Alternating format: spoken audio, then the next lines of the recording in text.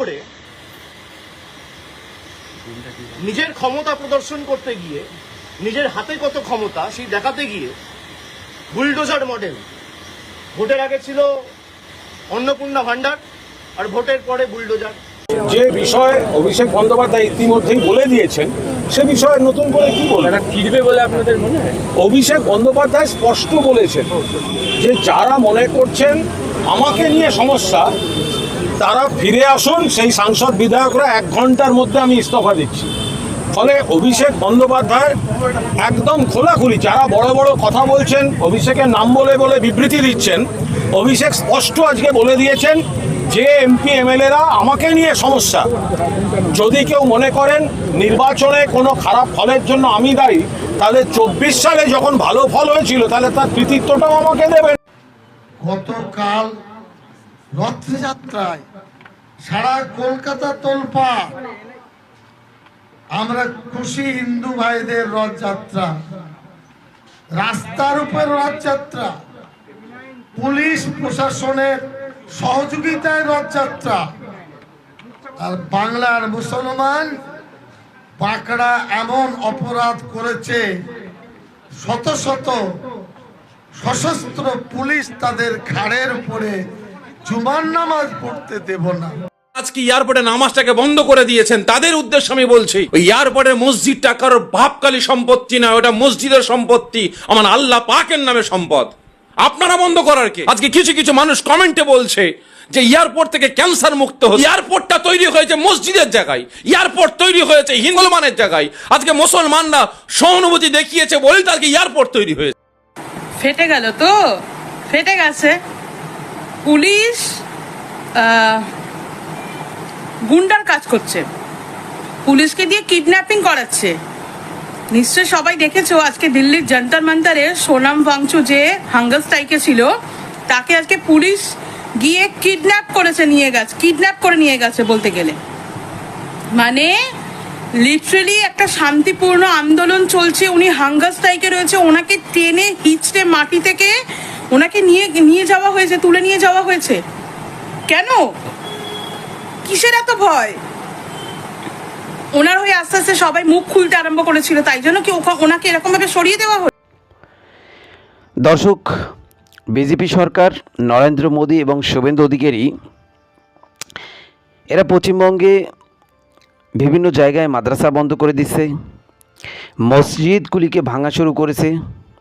আপনারা দেখেছেন বাঁকুড়া এয়ারপোর্ট যে মসজিদটি রয়েছে সেই মসজিদটাকে ভাঙার জন্য শুভেন্দু অধিকারী কতটা ষড়যন্ত্র করেছে।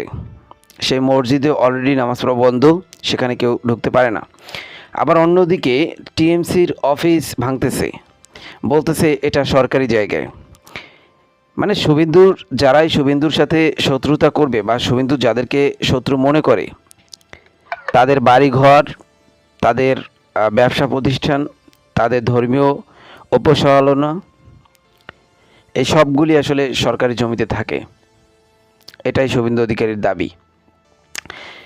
দর্শক, অভিষেক ইস্তফা দেবেন, ইস্তফা জমা দেবেন অভিষেক ব্যানার্জি। আর এর কারণটা কি জানেন?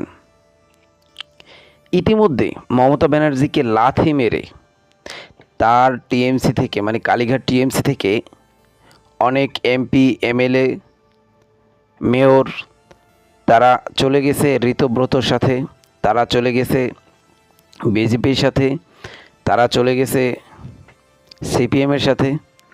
মানে অনেকজন অনেকভাবে চলে গেছে।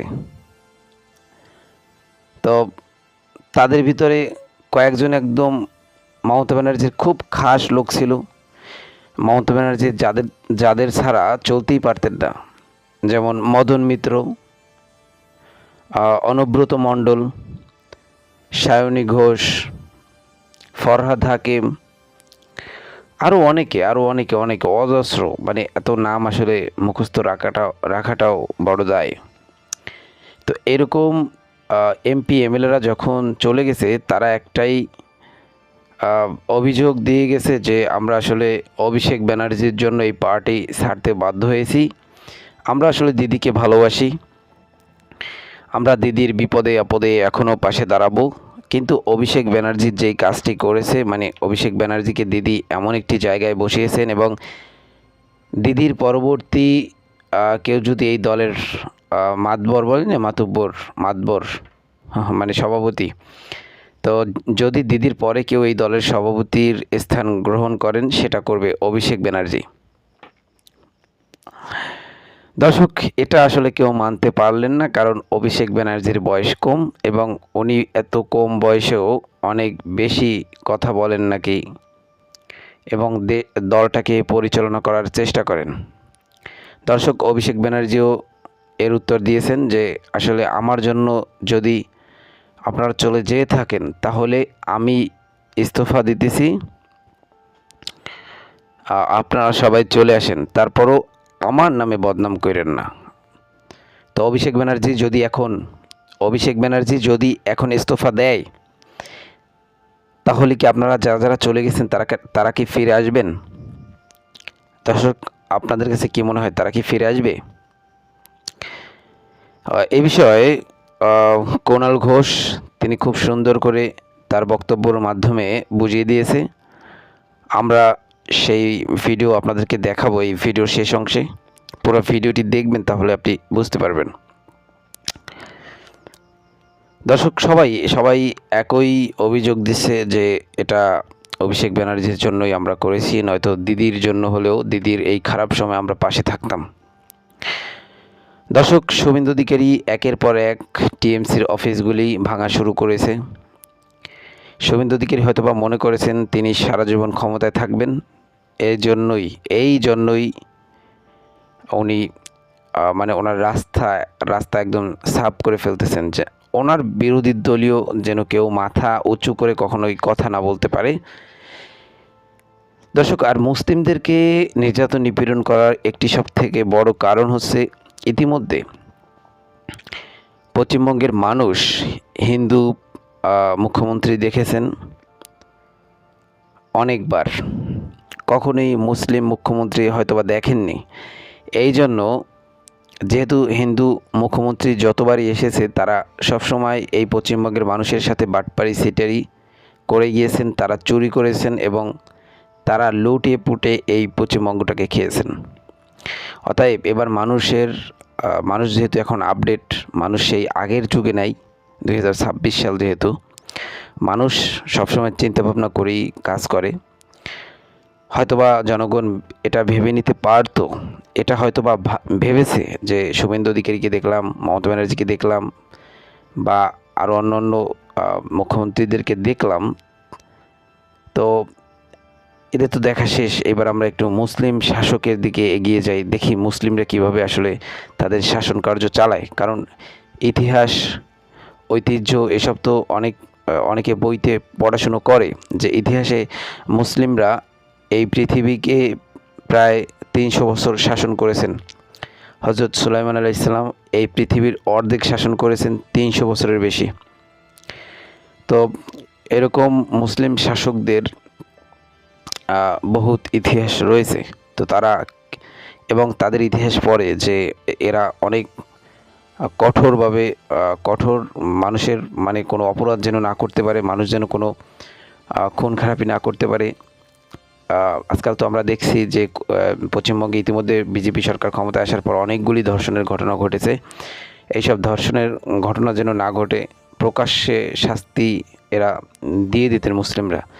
তো সেই বিষয়গুলি দেখে অনেক মানুষ ভেবেছেন অলরেডি যে মুসলিমদেরকেই আমরা হয়তোবা শাসন কার্য দিব এবং মুসলিমদের হাতেই আমরা ক্ষমতা তুলে দেব।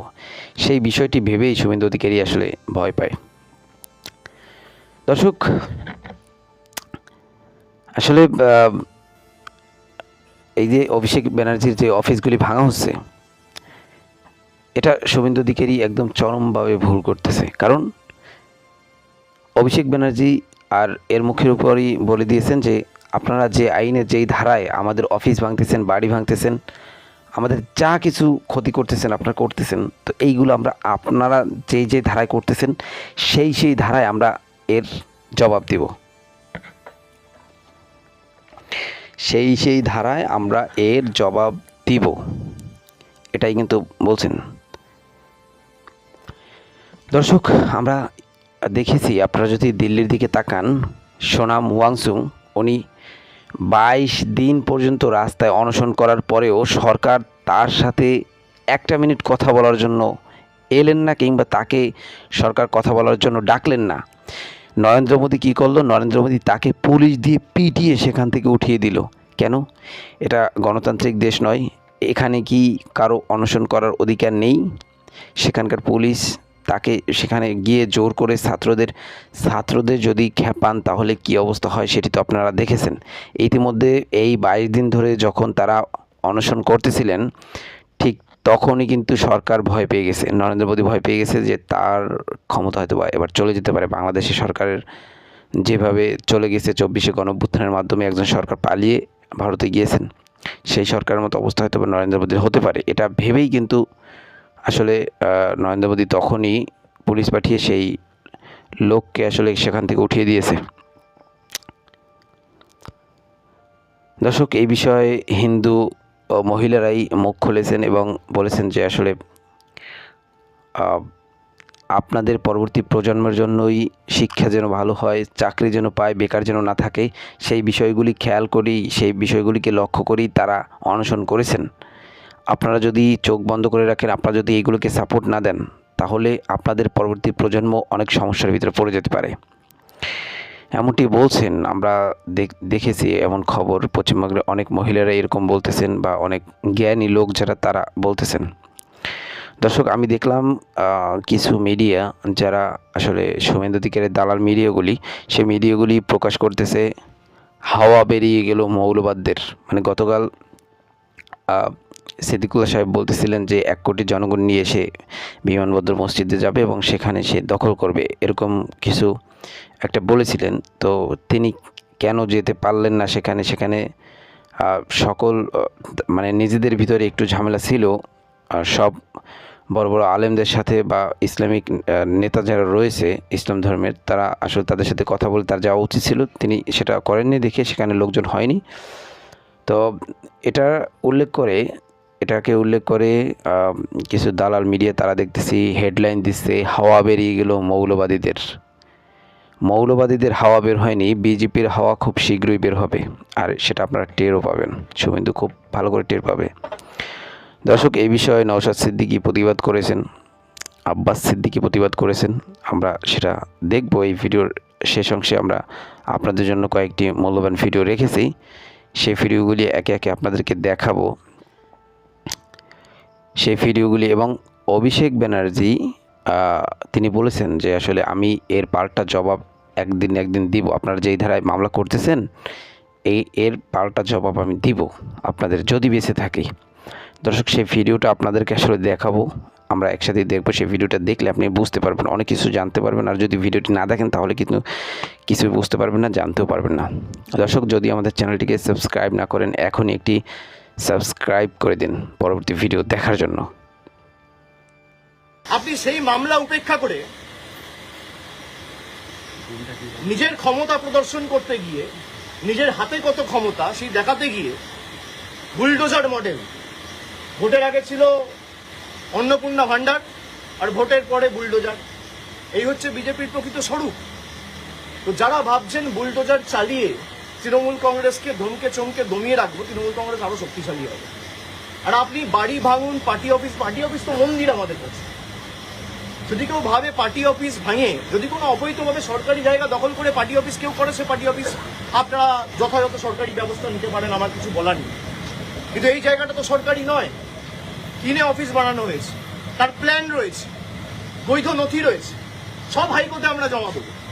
তারপরেও আপনারা ক্ষমতা দেখাতে গিয়ে যে পার্টি অফিস ভেঙেছে, প্রত্যেক ক্রিয়া সমান এবং বিপরীত প্রতিক্রিয়া আছে, এটা বিজেপির নেতারা যেন ভুলে না যায়। আর ঈশ্বর সৃষ্টিকর্তা সর্বশক্তিমানের আশীর্বাদে যদি বেঁচে থাকি, ওই যে বললাম যে আইনের যে ধারায় আপনারা এই অত্যাচারগুলো করেছেন, একই আইনের একই ধারায় 31-এ ফিরিয়ে দেবো, সুদ সমেত কথা দিয়ে গেলাম। বিজেপি নেতারা লাড্ডু বিতরণ করছে দোকানে দিয়ে করুক, তার মানে বিজেপির নেতারাই এর পিছনে রয়েছে, প্রত্যক্ষ বা পরোক্ষ মদত বিজেপির নেতাদের রয়েছে, বিজেপির নেতারা ঘোষণা করে দিচ্ছে এবং তাদেরকে উইটনেস হিসেবে নিয়ে যাওয়া হচ্ছে ভিতরে। আজকে সেই পার্টি অফিসের ভিতরে যদি কিছু প্ল্যান্ট করে দেওয়া হয় তার দায় কার? যিনি আমার বিরুদ্ধে ক্যান্ডিডেট হয়েছিলেন, দুবার লেজে গোবরে হেরেছে, তাকে উইটনেস হিসেবে বিজেপি নিয়ে গেছে পার্টি অফিস যখন ভাঙা হচ্ছে, ভিতরে যখন মালপত্র নিয়ে আসা হচ্ছে। বিজেপির গেরুয়াধারী, গেরুয়া পতাকা, গেরুয়া উত্তরীয় পড়া গুন্ডারা মুখ ঢেকে, আপনারা তো দেখিয়েছেন, বেসিন, ফার্নিচার সব ভেঙে দেওয়া হচ্ছে, পৈতৃক সম্পত্তি এদের।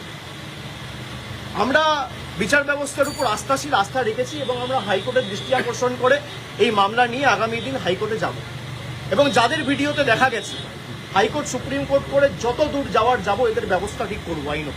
আপনি যার কথা বলছেন তিনি বলছেন সেখান থেকে নাকি বুথ দখলের ষড়যন্ত্র হতো। বুথ দখলের ষড়যন্ত্র হতো তৃণমূলের পার্টি অফিস থেকে।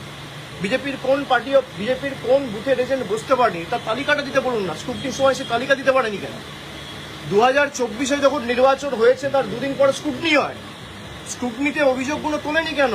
আর যদি অভিযোগ তোলে, স্ক্রুটিনি তো তৃণমূল কংগ্রেস ক্লিয়ার করে না, নির্বাচন কমিশন ক্লিয়ার করে, রিটার্নিং অফিসার তৃণমূল কংগ্রেস, রাজ্য সরকার, তৃণমূল সরকার অ্যাপয়েন্ট করে না, জাতীয় নির্বাচন কমিশন অ্যাপয়েন্ট করে। তাহলে তারা করতে পারেনি কেন? জিজ্ঞেস করুন। নাচতে না জানলে উঠোন বেকা। 14 দাঁড়িয়েছিল গোহারা হেরেছে, 24-এ দাঁড়িয়েছিল গোহারা হেরেছে। প্রতিহিংসার রাজনীতি। গোহারা হেরেছে বলে আজকে প্রতিশোধ নিতে নেমেছে। এর বিচার মানুষ করবে, চিন্তা করার কারণ নেই। আমার মানুষের উপর ভরসা, আস্থা রয়েছে। আর বাকি যদি কোনো প্রশ্ন থাকে কুণাল ঘোষ আছে।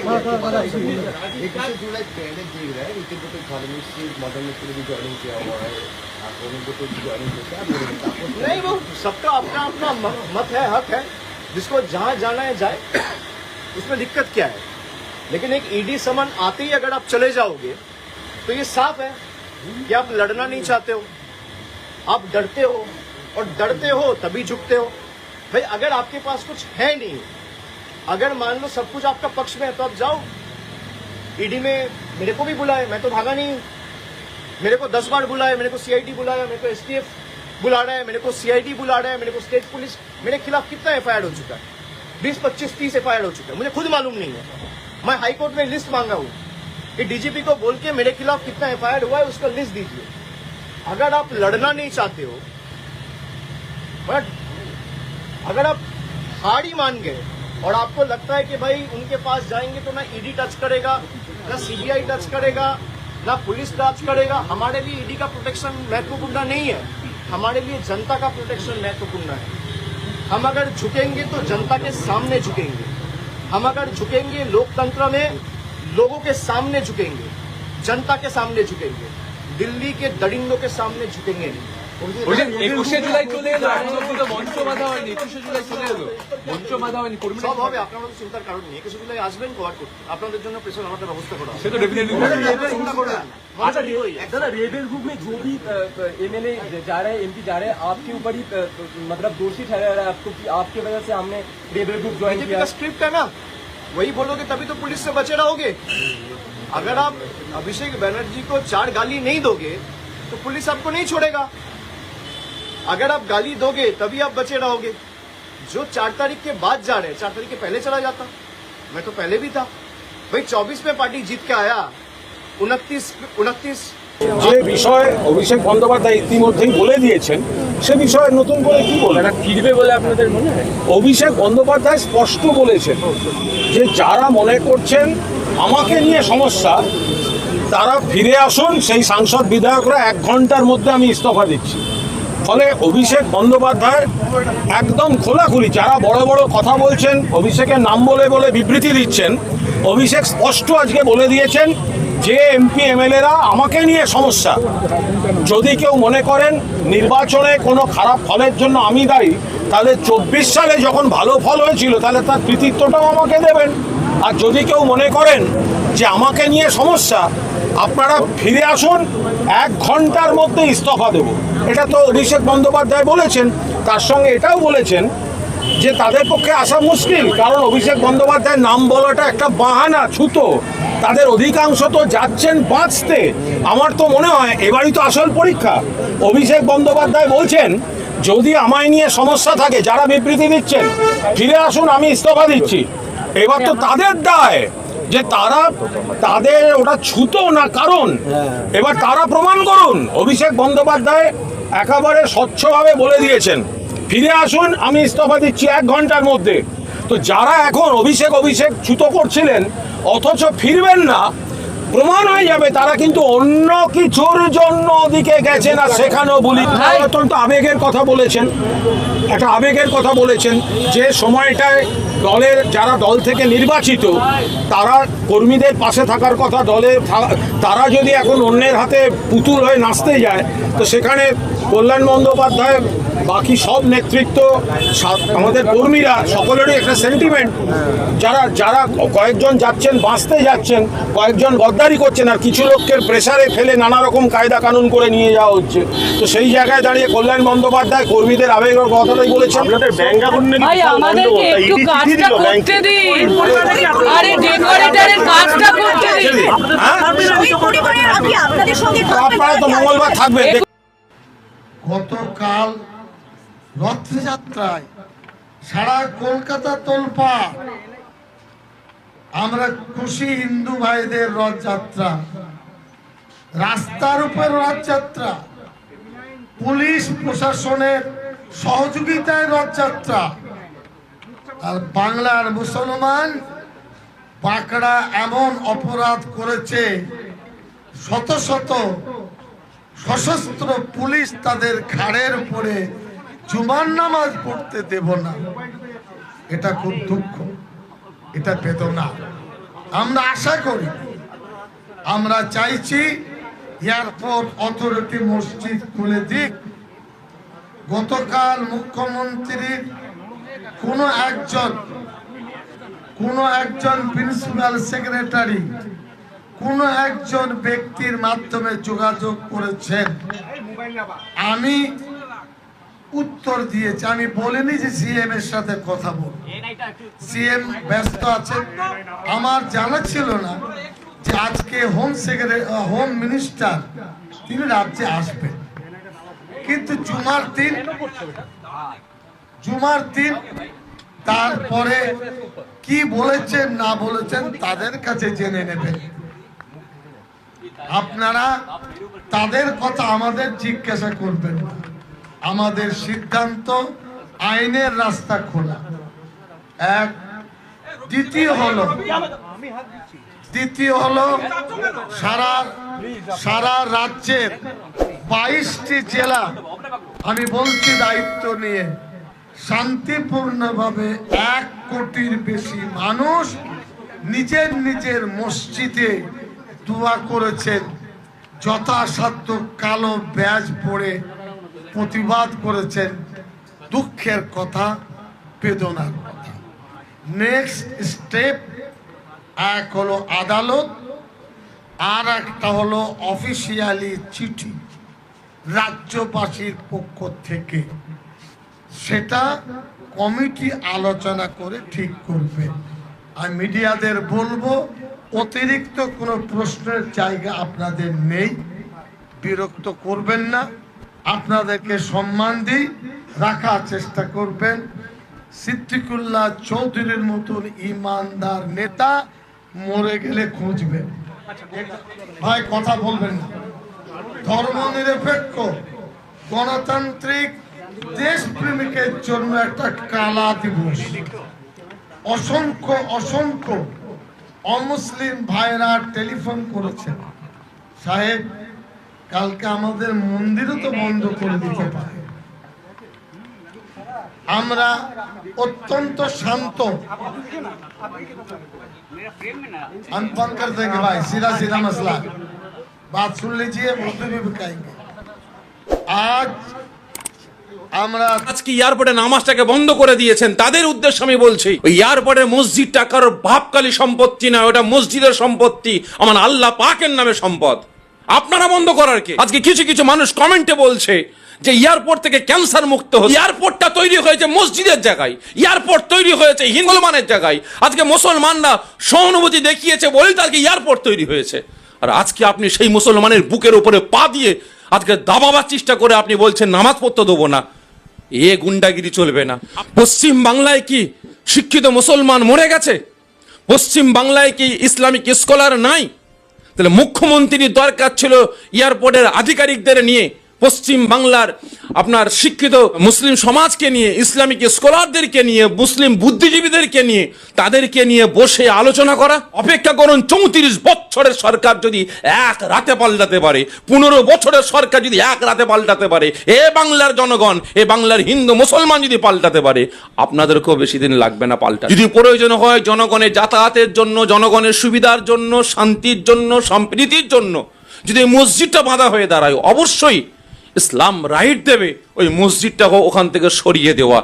তা বলে আপনারা গুন্ডাগিরি করবেন, দাদাগিরি দেখাবেন, একটা সম্প্রদায়কে নিয়ে ছেলেখেলামো করে বেড়াবেন। আজকে খুব দুঃখের সাথে বলছি, বুকে ব্যথা লাগছে বলে বলছি, কষ্ট পাচ্ছি বলে বলছি, আজকে শুক্রবার জুম্মার নামাজ, শত শত মুসল্লি মসজিদে নামাজ পড়তে যাবে, সেখানে শত শত র্যাব দিয়ে, পুলিশ দিয়ে, মহিলা র্যাব, মহিলা পুলিশ দিয়ে সেই জায়গাটাকে আটকে দেওয়া হলে মুসলমানদের নামাজ পড়তে দেবে না।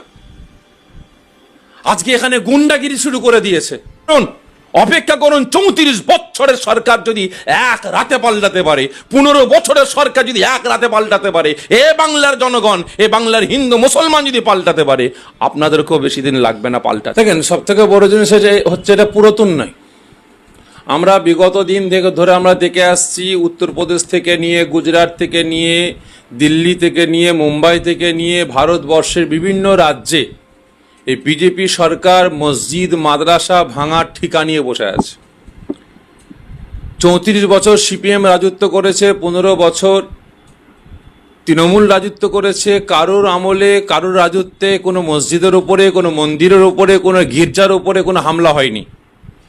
আর এই কিছুদিন বিজেপি সরকার আসার পরেই এই পশ্চিম বাংলা শান্তি, সম্প্রীতি, ঐক্যের বাংলাকে আজকে এরা ধ্বংসের দিকে ঠেলে নিয়ে চলে যাচ্ছে। বিগত দিন আমরা কুরবানিকে কেন্দ্র করে দেখলাম যে গোহত্যা বন্ধ করা হলো, তার সাথে সাথে আপনার রাস্তায় নামাজ পড়া বন্ধ করা হলো, তার সাথে সাথে আবার মাইকে আজান বন্ধ করে দেওয়া হলো। এখন আবার নতুন করে শুরু করেছে এয়ারপোর্টের মসজিদকে কেন্দ্র করে। আজকে খুব দুঃখের সাথে বলছি, বুকে ব্যথা লাগছে বলে বলছি, কষ্ট পাচ্ছি বলে বলছি, আজকে শুক্রবার জুম্মার নামাজ, শত শত মুসল্লি মসজিদে নামাজ পড়তে যাবে, সেখানে শত শত র্যাব দিয়ে, পুলিশ দিয়ে, মহিলা র্যাব, মহিলা পুলিশ দিয়ে সেই জায়গাটাকে আটকে দেওয়া হলে মুসলমানদের নামাজ পড়তে দেবে না।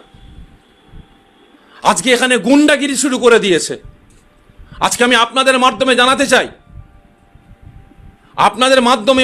চাই যে ওই সমস্ত গুন্ডাদেরকে, যারা আজকে এয়ারপোর্টে নামাজটাকে বন্ধ করে দিয়েছেন, তাদের উদ্দেশ্যে আমি বলছি, ওই এয়ারপোর্টের মসজিদটা কারোর বাপকালী সম্পত্তি না, ওটা মসজিদের সম্পত্তি, আমার আল্লাহ পাকের নামে সম্পদ। আপনারা বন্ধ করার কে? আপনারা রুখার কে? যদি আপনাদের প্রয়োজন হতো, এয়ারপোর্ট আধিকারিককে যদি প্রয়োজন হতো যে আমরা ওখানে রানওয়ে তৈরি করব, ওখানে আমাদের অসুবিধা হচ্ছে, তাহলে এয়ারপোর্ট আধিকারিকের দরকার ছিল মুখ্যমন্ত্রীকে সাথে করে নিয়ে। পশ্চিম বাংলায় কি শিক্ষিত মুসলমান মরে গেছে? পশ্চিম বাংলায় কি ইসলামিক স্কলার নাই? তাহলে মুখ্যমন্ত্রীর দরকার ছিল এয়ারপোর্টের আধিকারিকদের নিয়ে, পশ্চিম বাংলার আপনার শিক্ষিত মুসলিম সমাজকে নিয়ে, ইসলামিক স্কলারদেরকে নিয়ে, মুসলিম বুদ্ধিজীবীদেরকে নিয়ে, তাদেরকে নিয়ে বসে আলোচনা করা। কারণ ইসলাম কোনোদিন অশান্তি শিক্ষা দেয়নি। ইসলাম সদা সর্বদা শান্তি, সম্প্রীতির কথা বলেছে। ইসলাম এটাও বলেছে যে জায়গা দিয়ে মানুষের যাতায়াতের অসুবিধা হয়, সেই জায়গাটাকে তোমরা পরিষ্কার পরিচ্ছন্ন রাখো। ইসলামের শিক্ষাও দিয়েছে। যদি একটা রাস্তায় যদি একটা কাঁটা পড়ে থাকে, সেই রাস্তায় তুমি হেঁটে হেঁটে যাচ্ছ, কাঁটাটা তোমাকে তুলে ফেলে দিতে হবে, এটা তোমার ইমানের অঙ্গ। আর আজ সেই এয়ারপোর্টের রাস্তায় যাতায়াতের জন্য যদি মসজিদটা বাঁধা হয়ে দাঁড়ায়, অবশ্যই মুসলিম স্কলাররা আছে, মুসলিম বুদ্ধিজীবীরা আছে, এয়ারপোর্টের আধিকারিকরা আছে। মুখ্যমন্ত্রীর দরকার ছিল তাদেরকে সাথে করে নিয়ে বসে আলোচনা করা, এক টেবিলে বসে সিদ্ধান্ত নেওয়া যে এই মসজিদটাকে সরাতে হবে। আপনারা এখান থেকে মসজিদটাকে আমরা সরিয়ে দিয়ে অন্য বিকল্প জায়গা দিচ্ছি, সেখানে আপনারা মসজিদ তৈরি করুন। কি সেখানে মুসলিম স্কলাররা, মুসলিম বুদ্ধিজীবীরা মসজিদ নেবে কি নেবে না, অন্য জায়গা নেবে কি নেবে না, অন্য জায়গায় মসজিদ তৈরি করবে কি করবে না, সেটা তারা বিবেচনা করে বলবে। কারণ ইসলাম শিক্ষা দিয়েছে যদি প্রয়োজন হয় জনগণের যাতায়াতের জন্য, জনগণের সুবিধার জন্য, শান্তির জন্য, সম্প্রীতির জন্য যদি এই মসজিদটা বাঁধা হয়ে দাঁড়ায়, অবশ্যই ইসলাম রাইট দেবে ওই মসজিদটাকে ওখান থেকে সরিয়ে দেওয়া। তা বলে আপনারা গুন্ডাগিরি করবেন, দাদাগিরি দেখাবেন, একটা সম্প্রদায়কে নিয়ে ছেলেখেলামো করে বেড়াবেন। আজকে কিছু কিছু মানুষ কমেন্টে বলছে যে এয়ারপোর্ট থেকে ক্যান্সার মুক্ত হচ্ছে, আজকে এয়ারপোর্টে মসজিদ সরানো হচ্ছে। আজকে এয়ারপোর্টটা তৈরি হয়েছে মসজিদের জায়গায়, এয়ারপোর্ট তৈরি হয়েছে হিন্দু মুসলমানের জায়গায়। আজকে মুসলমানরা সহানুভূতি দেখিয়েছে বলেই তো আজকে এয়ারপোর্ট তৈরি হয়েছে। আর আজকে আপনি সেই মুসলমানের বুকের উপরে পা দিয়ে আজকে দাবাবার চেষ্টা করে আপনি বলছেন নামাজ পড়তে দেবো না। গুন্ডাগিরি চলবে না। আমি মুখ্যমন্ত্রীকে বলছি, আপনি তো গুন্ডা দমন আইন চালু করেছেন, আর বকলমে আপনি গুন্ডাগিরি করছেন, পুলিশ প্রশাসনকে দিয়ে আজকে নামাজ বন্ধ করেছেন। লজ্জা লাগে না? ছি ছি ছি ছি ছি। অপেক্ষা করুন 34 বছরের সরকার যদি এক রাতে পাল্টাতে পারে। দর্শক, এতক্ষণ যে এই ভিডিওগুলি দেখলেন, এই ভিডিও দেখার পরে আপনার কোনো না কোনো মতামত অবশ্যই আপনার মাথার ভিতরে ঘুরতেছে, কোনো না কোনো মতামত আপনার মাথার ভিতরে ঘুরতেছে। সেই মতামতটা আমাদের কমেন্ট বক্সে জানাবেন। সেই মতামতটা আমরা জানতে চাই। আসলে এখানে যদি আপনি মতামত জানান, আপনাকে বাড়ি গিয়ে কেউ পিটাবে না বা আপনার বাড়িঘর কেউ ভেঙে ফেলবে না।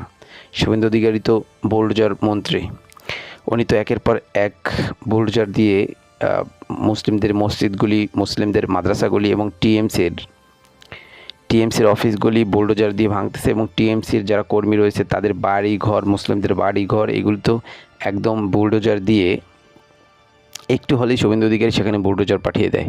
আসলে ওনার নাম বুলডোজার শুভেন্দু রাখা উচিত। বুলডোজার শুভেন্দু এবং বুলডোজার মন্ত্রী এরকম রাখা উচিত, মুখ্যমন্ত্রী না রেখে।